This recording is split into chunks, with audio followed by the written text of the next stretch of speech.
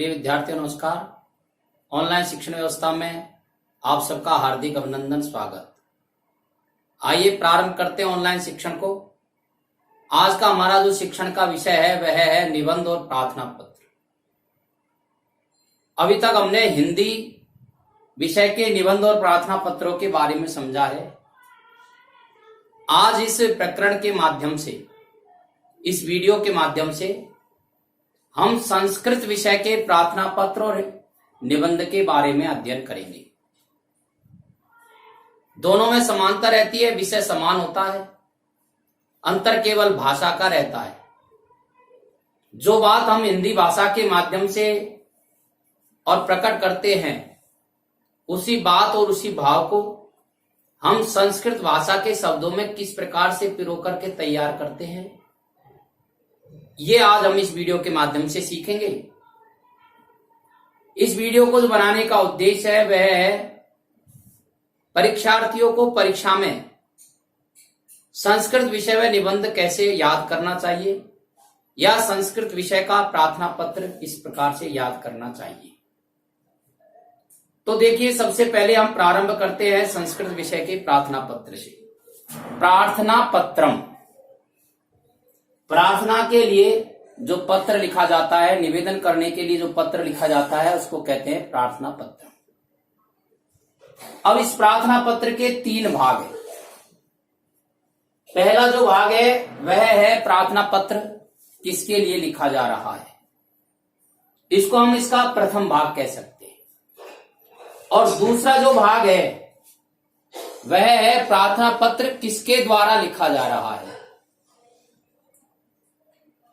और इसका जो तीसरा भाग है वह है प्रार्थना पत्र किस कारण से लिखा जा रहा है। तो आपको 3 बातें याद रखनी है। द्वितीय भाग किसके द्वारा लिखा जा रहा है, किस कारण लिखा जा रहा है, किसके लिए लिखा जा रहा है, किसके द्वारा लिखा जा रहा है और किस कारण लिखा जा रहा है। एक खास बात इसमें यह रहती है, ये तीनों ही बातें प्रश्न पत्र के अंदर हमको दी हुई रहती है। इसका आपको सावधानी से ध्यान रखना है। किसके लिए लिखना है यह भी प्रार्थना पत्र में बताया जाता है कि प्रधानाचार्य को लिखना है, प्रधानाध्यापक को लिखना है, वो किस विद्यालय के प्रधानाध्यापक है, कहाँ रहते हैं, उनका पता क्या है, उस विद्यालय का पता क्या है, उस संस्थान का पता क्या है, उस कार्यालय का पता क्या है, ये दिया हुआ रहता है। इसलिए प्रार्थना पत्र को लिखने से पहले प्रश्न को सावधानी पूर्वक पढ़ करके हमें सबसे पहले ये तय करना है कि प्रार्थना पत्र किसके लिए लिखा जाना है। दूसरी बात, किसके द्वारा लिखा जाना है ये भी दिया रहता है। आप रमेश है, आप सुरेश है, आप मोहन है, आप अमुक विद्यालय में पढ़ते हैं, आप अमुक कक्षा के विद्यार्थी हैं, आप अमुक नगर के रहने वाले हैं, ये बातें उसमें दी हुई रहती है। इसलिए हमको वहां इस बात का निश्चय करना है।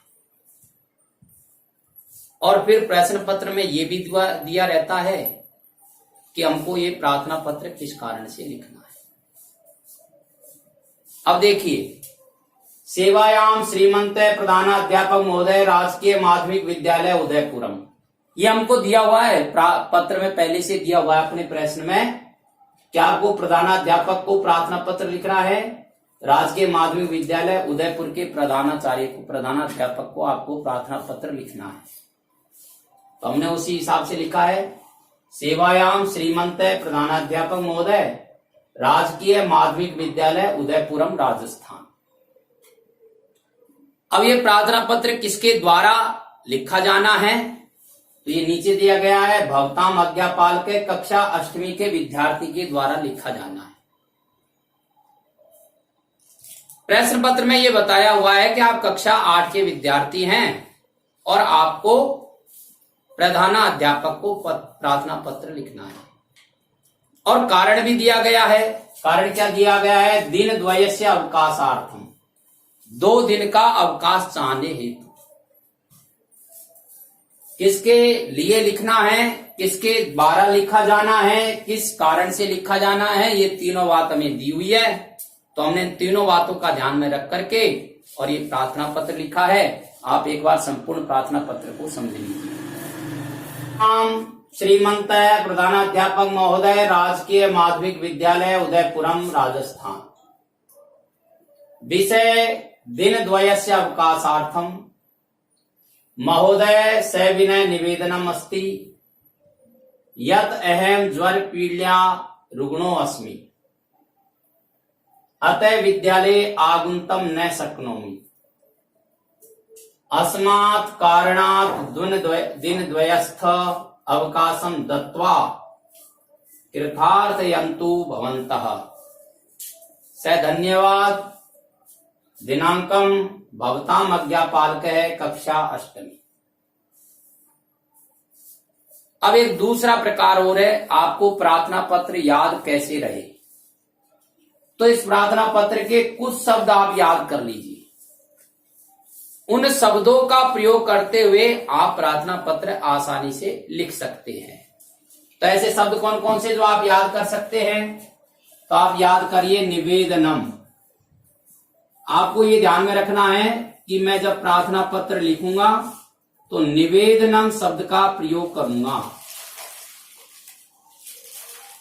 दूसरा, ज्वर पीड़ा।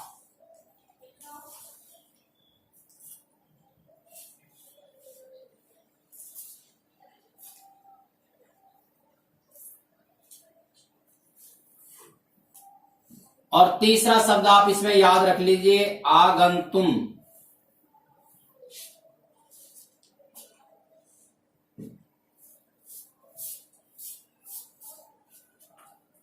और कारणात्।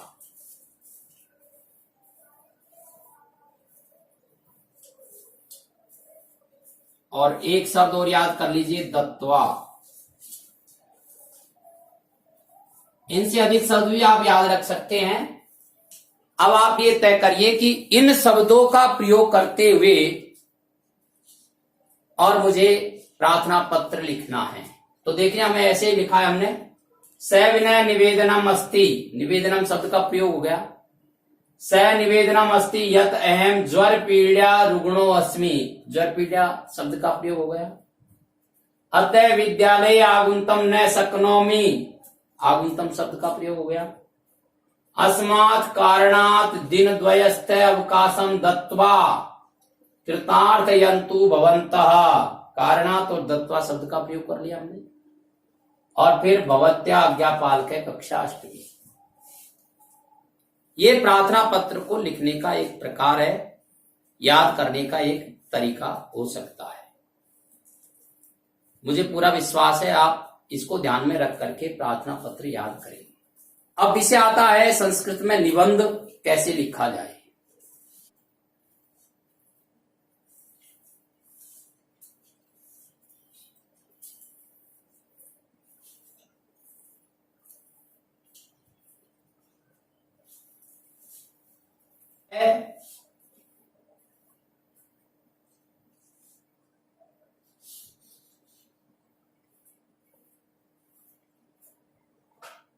उद्यानम अर्थात उद्यान, या इसको हिंदी में कहे तो बगीचा। इस विषय पर हमको अपना निबंध तैयार करना है। देखिए किस तरह से लिखा गया है। अस्माकं विद्यालयस्य समीपे एकम रम्यम उद्यानम अस्ति। हमारे विद्यालय के पास एक सुंदर बगीचा है। इदम उद्यानम अतीव विशालम सुंदरम चास्ति। यह उद्यान बहुत ही विशाल और सुंदर है। अस्मिन् उद्याने विविधा वृक्षा पादपा लताश्च सन्ति।